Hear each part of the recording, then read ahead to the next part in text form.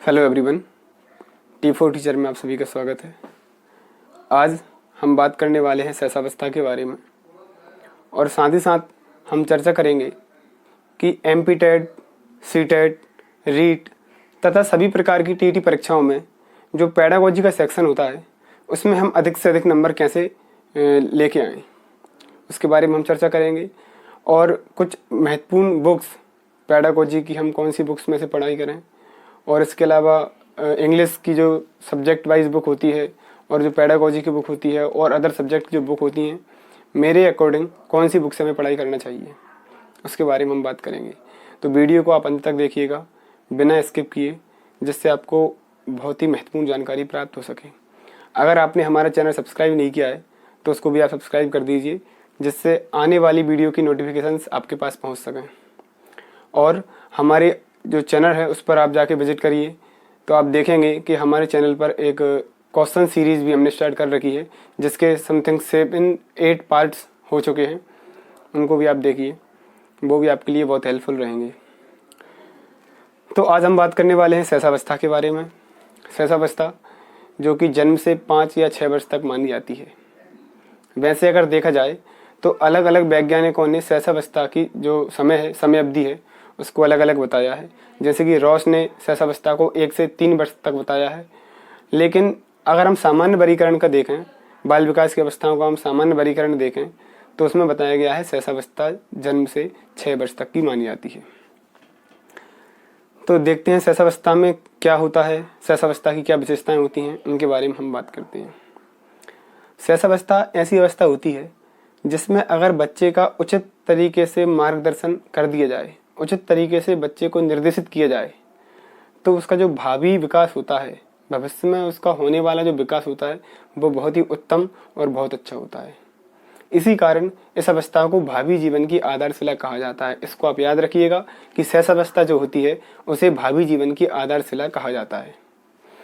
और इसकी कुछ विशेषताएं हैं, जैसे कि सहसावस्था को जो है कहा जाता है अपीली काल कहा जाता है। सहसावस्था को अपीली या खतरनाक काल कहा जाता है। ये कहा है हरलॉक ने। क्यों कहा है, इसका एक कारण है। मोस्टली क्या होता है कि जो शिशु होते हैं वो सहसावस्था की जो समय अवधि होती है, जन्म से हमने माना 6 वर्ष तक, तो इस अवस्था में अधिकतर शिशुओं की मृत्यु हो जाती है किसी भी कारणवश। इसलिए उन्होंने इस काल को अपीली काल कहा है। सहसावस्था को किसने कहा है? हरलॉक ने कहा है। ये आप याद रखिए। एक और बहुत अच्छी बात बताई गई है सहसावस्था के बारे में। सहसावस्था जो होती है सीखने का स्वर्ण काल होता है और सीखने का आदर्श काल भी होता है। सीखने के लिए सबसे अच्छी अवस्था अगर कोई बताई गई है तो वो सहसावस्था बताई गई है। इसमें क्या होता है, बालक अनुकरण के द्वारा सीख जाता है। लर्निंग बाय इमिटेशन, बालक अनुकरण के द्वारा सीखता है। अनुकरण क्या होता है, इस अवस्था में जो छोटे बच्चे होते हैं वो क्या करते हैं, अपने जो बड़े होते हैं, माता पिता होते हैं और बाकी जो परिवार के सदस्य होते हैं उनको देखकर सीखते हैं। जैसा उसके पेरेंट्स करते हैं वैसा ही बच्चा करता है। नकल करना एक तरीके से उसके द्वारा सीखता है। इसीलिए इस अवस्था को सीखने का स्वर्ण काल या सीखने का आदर्श काल कहा जाता है। सहसावस्था को सीखने का आदर्श काल कहा है बैलेंटाइन ने, ये आप याद रखिएगा। और सहसावस्था की और भी विशेषताएं हैं, जैसे कि बादशाही अवस्था कहा जाता है। बादशाही अवस्था क्यों कहा जाता है? अगर जैसे कि छोटा बच्चा आपने देखा होगा, उस अगर छोटे बच्चे को जो काम करना होता है वो काम करता है। जैसे कि अगर उसे अपनी माँ की गोद में बैठना है तो वो माँ की गोद में बैठकर ही रहेगा। अगर उसे कोई खिलौना चाहिए तो वो खिलौना लेकर ही रहेगा। मतलब जो उसका मन होता है वही काम वह शिशु करता है। इसलिए इस अवस्था को बादशाही अवस्था भी कहा जाता है।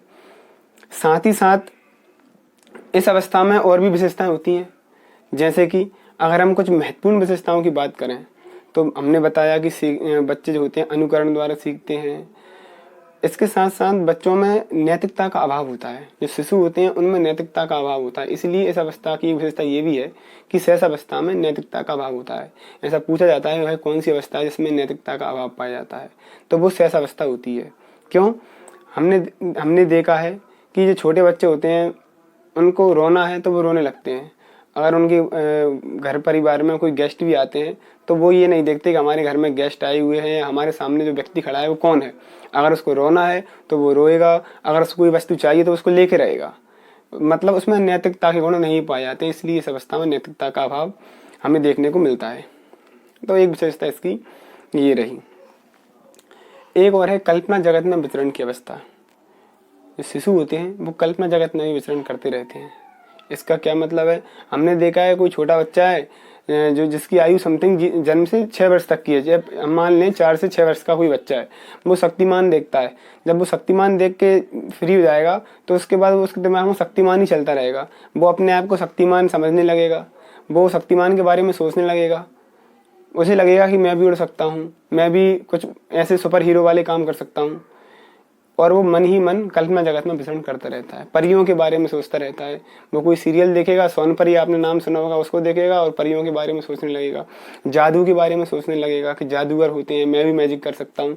तो ऐसी बातें वो बच्चा करने लगता है और सोचने लगता है। इसलिए इस अवस्था में कहा जाता है कि कल्पना जगत में विचरण की जो अवस्था होती है वो भी सहज अवस्था होती है। इसके साथ साथ एक बहुत ही महत्वपूर्ण विशेषता इसकी है क्षणिक संवेग की अवस्था। इस अवस्था को क्षणिक संवेग की अवस्था कहते हैं। इसका क्या कारण है?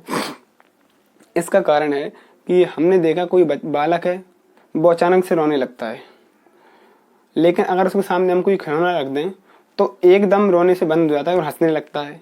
मतलब उसके जो संवेग हैं वो कैसे हैं? क्षणिक हैं, बहुत कम समय के लिए हैं। इसलिए इस अवस्था को क्षणिक संवेग की अवस्था भी कहते हैं। और भी बहुत सारी इसकी विशेषता हैं। समय का अभाव होने के कारण मैं कुछ विशेषताओं के बारे में मैंने चर्चा की। मैं नेक्स्ट वीडियो अपना पार्ट 2 लेके आऊँगा, उसमें हम और इसका विस्तृत रूप से वर्णन करेंगे। अब हम बात करते हैं कि मैंने बताया था कि ऐसी हम क्या ट्रिक अपनाएं जिससे हम पेडागोजी का जो सेक्शन है उसमें अच्छे से अच्छे नंबर ला सकें। तो मेरा मानना है, और ऐसा होता भी है, कि जो CTET, MPTET, रीट और जो TET परीक्षाएँ होती हैं, देखिए पेडागोजी का सेक्शन जो सब्जेक्ट है, पेडागोजी जो है वो सीमित मेरे हिसाब से वो सीमित है। उसमें कुछ चुनिंदा सब्जेक्ट वो दिए गए हैं, टॉपिक दिए गए हैं। और अगर आप विश्लेषण करेंगे बारीकी से तो आप पाएंगे कि CTET का जो पेडागोजी का क्वेश्चन था वो MPTET में आ गया, MPTET का जो पुराना क्वेश्चन था वो UPTET में आ गया, UPTET का जो पुराना क्वेश्चन था वो रीट में आ गया। यहाँ हमें पता चलता है कि जो पेडागोजी के जो क्वेश्चन होते हैं वो रिवाइज होते रहते हैं। इसलिए पेडागोजी कंप्लीट करने के लिए आप सबसे बेस्ट तरीका ये है कि आप पुराने जो पेपर हैं उनको लगाइए, उनके सेट लगाइए, प्रैक्टिस सेट लगाइए। क्योंकि पेडागोजी के जो क्वेश्चन है, सवाल हैं, वो रिपीट होते रहते हैं और कुछ फिक्स ही तो हैं, उनको आप पढ़ लीजिए। हम वीडियो भी अपलोड करते रहेंगे आपके लिए, तो उन पर भी आप देख के पेडागोजी अपनी कंप्लीट कर सकते हैं, जिसमें टेस्ट सीरीज भी आपको दी जाएंगी।